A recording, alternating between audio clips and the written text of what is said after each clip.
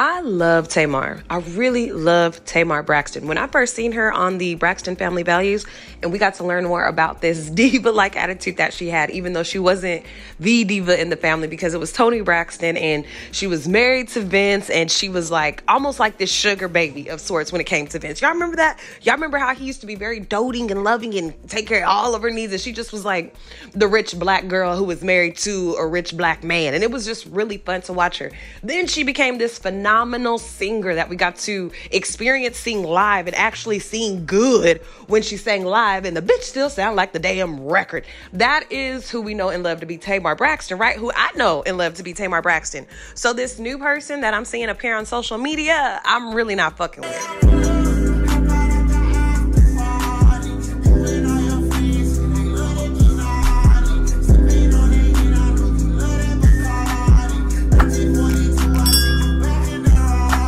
What's up, my friends, and welcome back once again to the Just Kaysen brand. I'm Just Kaysen. I'm your homegirl, your prima, your tia, your friend, and make sure you like, subscribe, and comment on today's video because we are about to be talking about Toni Braxton. And I had to get on here because Tony's not going to say nothing. And the last time somebody said something about me, everybody was like, don't defend yourself, but today is the day. It is D-Day. So we're going to finally talk about it. So let's talk about it. So this video today was leaked from my dressing room, which usually I have no one in my dressing room before a show when it's time to pray. It's just, you know, my immediate staff, right? So when Chrisean walked in, the reason why my face looked like what is because, like, first of all, who is it and why wasn't nobody stopped at the door? 2, Toni and Chrisean did not know who each other was, all right? So Toni was like, well, who is this person coming in between me and my sister? Me and Toni both, when it's time to pray and we in our dressing room, don't nobody come and interrupt. Period. That's just something that we do. That's actually something that I learned from her. So first of all, my sister has lupus, an autoimmune disorder, okay? If I get sick, if you get sick, it's no big deal. If she gets sick, she go to the hospital. Let me tell you what I know to be true about Osea and Estella, my 2 sisters. If they know that I got an autoimmune disease and if I touch somebody that might have some sort of a soft COVID or soft flu on them, I could die. Prayer circle or motherfucking not.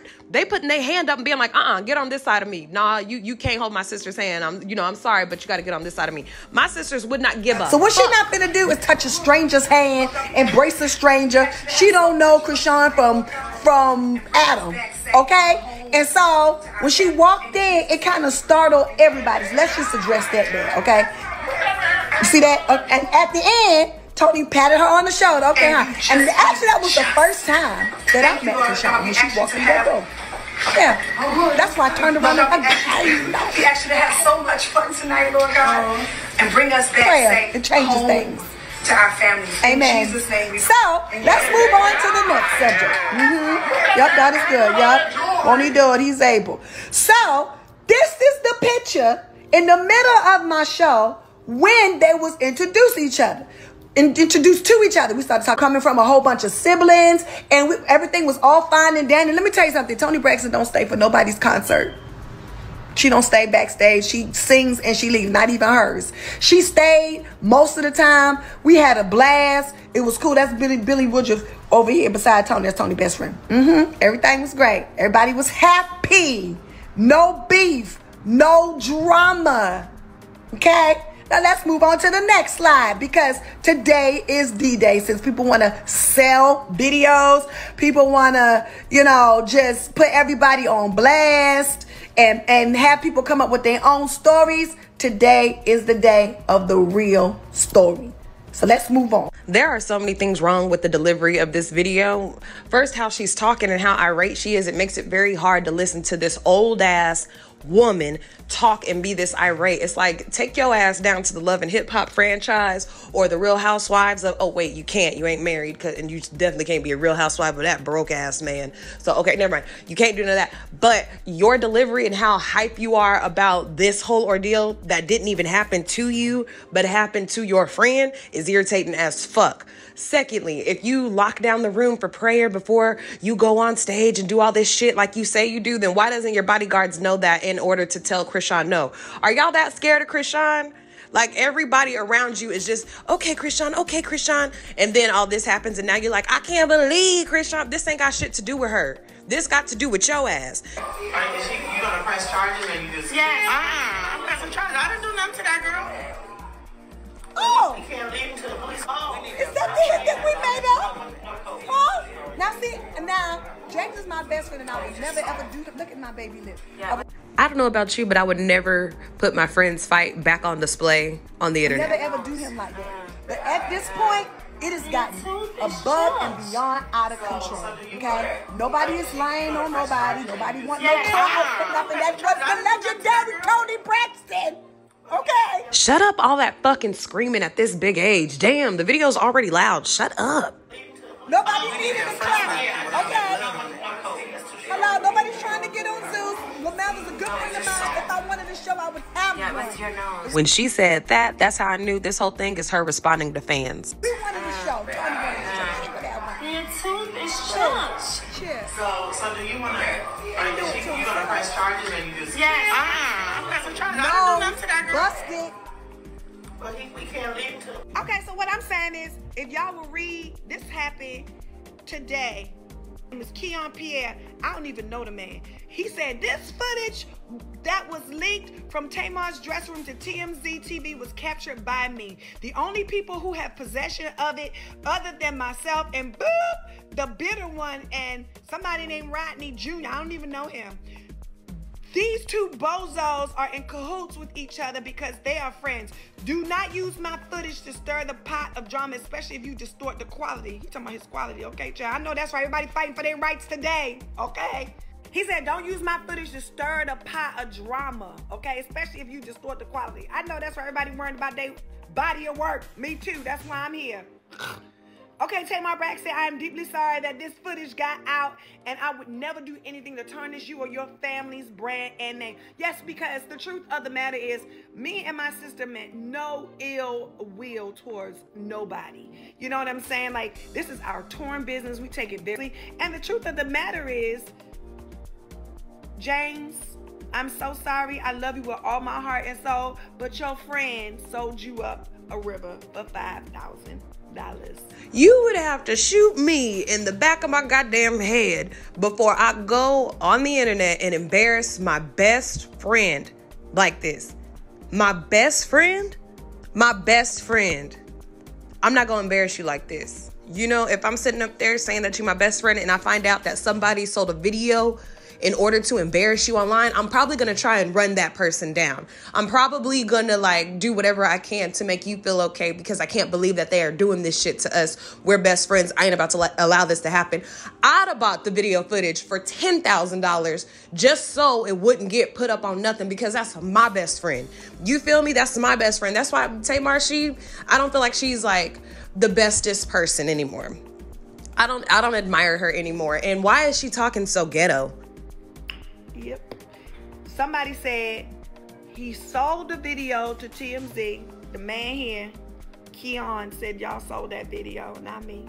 Keon said y'all sold that video to somebody named Charlie for $5,000. Now, I just want to give y'all a little story time. Y'all want to know another story? Isn't this amazing? This is Travis, and he has a bit of information that he'd like to share. Travis, would you step up to the podium and give the people of God the information that you know? So what actually led up to Chrisean being angry that night before she attacked James? This has nothing to do with the prayer circle video. Nothing to do with it. So why the fuck are y'all recounting how James got attacked by her or whatever the fuck you saying now? Why is that a part of the... That's not what everybody was talking about. Everybody was talking about the prayer video and how Toni Braxton was looking and now Tamar saying some extra shit. That's what everybody is talking about. So why are y'all saying extra shit? You feeling me? Like, Tamar, you messy as fuck. And all y'all who are around her, y'all are some weak-minded ass Tamartians, as she would say. Was the fact when she got there, she had 10 people there, but she originally only told us that it was supposed to be 6 people with her.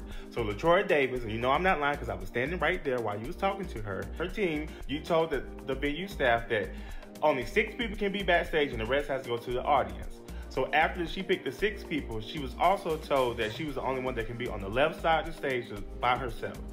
after that situation happened, she ended up coming up to me and said, "Hey fam, I'm not trying to cause any issues, but can I at least have one person over there?" And I asked her, who did she want? And she said, her manager with the dreads.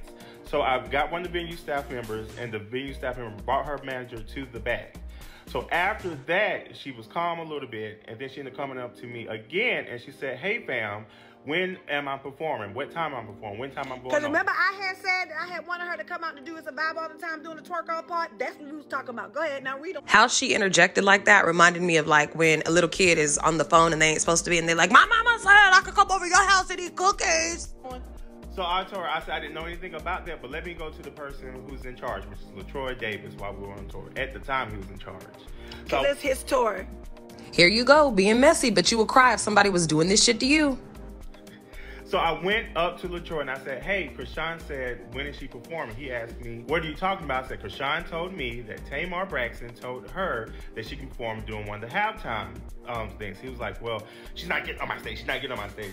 And I was like, what do you want me to tell her? He was like, "Well, she's not getting on my stage." And he walked off, and that was that.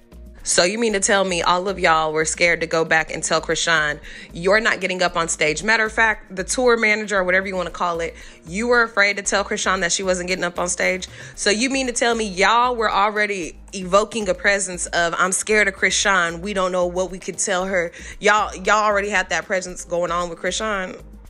Okay, so then why the fuck did you invite her? Why did you tell her to even come? If y'all was this scared of her, why did y'all even tell her to come? Because that's what this sound like. It's a whole bunch of adults afraid to have adult conversations at an adult event. The fuck? So that's the story. Please leave me out of the chat. Tamar, this was disappointing. This was very, very, very disappointing to watch you do. This was so disappointing. And I went ahead and read up on like what women go through who are around your age in their 40s and shit like that, because you're 47. And I read that there is like a U-shaped happiness when people enter in their 40s. So the 30s is happy. When you're going into your 40s, it's supposed to go down into the valley where you're unhappy. Then when you get into the 50s, it's supposed to go back up again.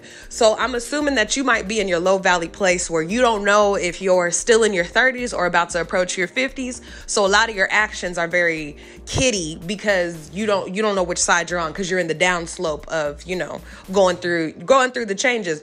But I guarantee you're closer to 50 than you are a preteen. Yeah, you're closer to 50 than you are in your 20s. You're closer to 50 than you are where everybody else is who's talking like you're trying to talk, who's a city girl. Like, the city girls ain't even your goddamn age, girl. You feel me? Like, it's time for you to start growing up, to start being mature, to start making mature decisions. And it also talked about how in this time that you're in right now, you can't afford to make choices that don't benefit you. But here you are making the choice to be with this man. When I seen this on Christmas Day, I saved it because I knew I was going to say something about it, but you know how it is between Christmas Day and New Year's, just a lot of stuff happens. And I just thought to myself, I can't believe you're about to marry this man who embarrassed the hell out of you. He embarrassed you. He's on recording embarrassing you. When I watched back the Jason Lee interview he did with Tommy Lee, and she was giving all the business, and she was talking about how sorry she felt for Tamar, I felt her pain too, because you got this man embarrassing you, and you go back to him and you marry him knowing he got 5 kids, 4 baby mamas, done drug you through the mud, talked to your enemy, ate your enemy's booty, came back to you, and then apologized. And some of the shit that he's been posting on Instagram has just been dumb as fuck. And you decide to accept this man's proposal. Oh, girl, then you know what? At this big age, you want to be dumb. You want to be dumb. You too old to be acting this stupid. So I know this is by choice. This is what you want to do. So I love you, Tamar. I love you. I love who you are as a singer. But I can't say I respect who you are as a woman, because you're supposed to be out here really being that quote unquote big sister that you said you wanted to be to Chrisean. Y'all remember when she first came out with this whole story, and she didn't really tell us the full story. And she said it was because she wanted to be the person who accepted Chrisean, because she understood how hard it is to be who she is. And a lot of people canceled her out and X'd her out because of her attitude and this and third, and she didn't want to be like that, so she wanted to be a big sister. You disappoint me. I was expecting you to be a big sister, but girl, you're not. You being as messy and as low down and dirty as everybody else who's in the mud. So Anyway, tell me what you think about this down in the comments. Let me know your thoughts. Let me know what you think about both the lives that she did now and the lives that she did before, where she didn't even tell us the whole fucking truth, okay? And make sure you are subscribed to my channel. Please like the video. Liking the video lets the algorithm know that you enjoy what I put out, and it's a free way to support my channel. So I would greatly, greatly, greatly appreciate it. I hope you follow me across all of my social medias at the Just Kason brand, and I will see you in the next video. Bye-bye.